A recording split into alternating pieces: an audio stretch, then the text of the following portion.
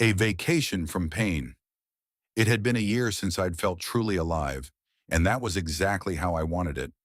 Feeling alive had always meant leaning into the edge, testing the limits of pain, teasing the reaper with reckless abandon.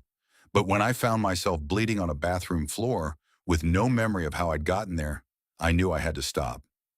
That's when I booked the ticket to South America, someplace warm, exotic, far from my demons.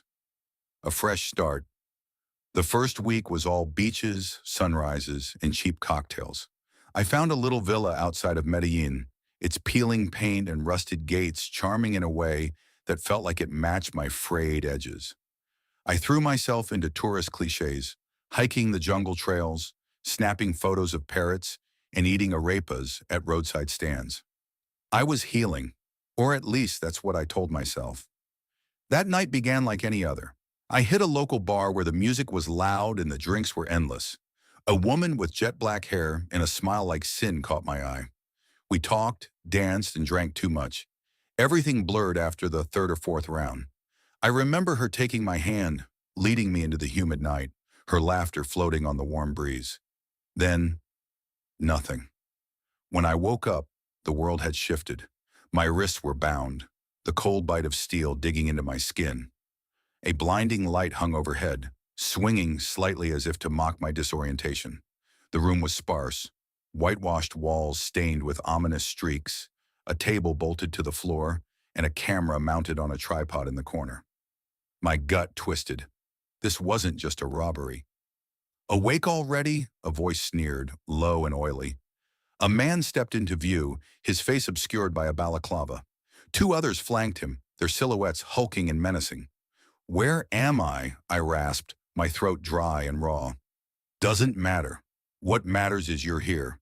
He gestured to the camera, his eyes gleaming beneath the mask. "Tonight, you're the star of our little production." The realization hit me like a freight train. I'd heard whispers of these kinds of films, dark legends shared in the shadowy corners of the internet. Snuff films. My stomach churned, bile rising in my throat. I thrashed against the cuffs, but the table didn't budge. The metal scraped against my wrists, a sharp sting that should have filled me with dread. Instead, that old familiar thrill began to creep in, unbidden and unwanted. My pulse quickened, not with fear, but with excitement. No. I clenched my teeth, willing the feeling away. This wasn't who I wanted to be anymore. I'd fought so hard to leave that behind. The masked man leaned in close, his breath hot and sour. "You've got spirit. Good. The audience loves a fighter." He snapped his fingers and one of the goons stepped forward, a blade glinting in his hand. Panic surged, raw and visceral. "Wait, you don't have to do this. I have money. Just let me go." "Money?" The leader chuckled, a hollow, humorless sound. "This isn't about money. It's about art." The blade kissed my skin, carving a shallow line down my arm. Blood welled, vivid and red. The pain flared bright and sharp, and with it came the rush. My breath hitched, my vision narrowing to the point of contact. "Stop," I spat. More at myself than them. "Don't!" But it was too late. The sensation flooded my senses, intoxicating and undeniable. My body betrayed me, leaning into the pain even as my mind screamed in protest. It was the thrill I'd tried so hard to escape, the one thing that made me feel alive when everything else felt numb. They didn't stop. The blade moved with cruel precision, each cut a symphony of agony. The camera whirred, capturing every grim detail. And yet, through the haze of torment, a strange clarity emerged. The pain didn't just consume me, it fueled me. My heart raced, my muscles tensed, and my mind sharpened. I wasn't their victim. Not anymore.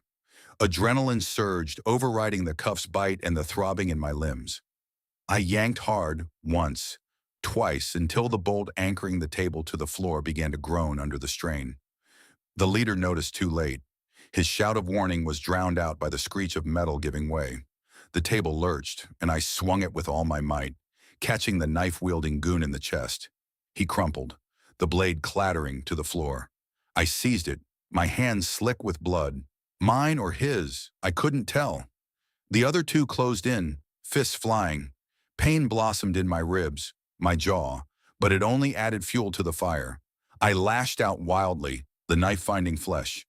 A scream, a gurgle, silence. The leader was the last to fall, his arrogance replaced by fear as I drove the blade into his chest. He collapsed, the light in his eyes extinguished. I staggered back, panting, the knife slipping from my trembling hand. The camera still whirred in the corner, the red light blinking like a heartbeat. I stared at it, the enormity of what had just happened crashing down on me. I'd killed them, not just in self-defense, but because in that moment it had felt good. I dropped to my knees, the pain and adrenaline ebbing, leaving me hollow and shaking.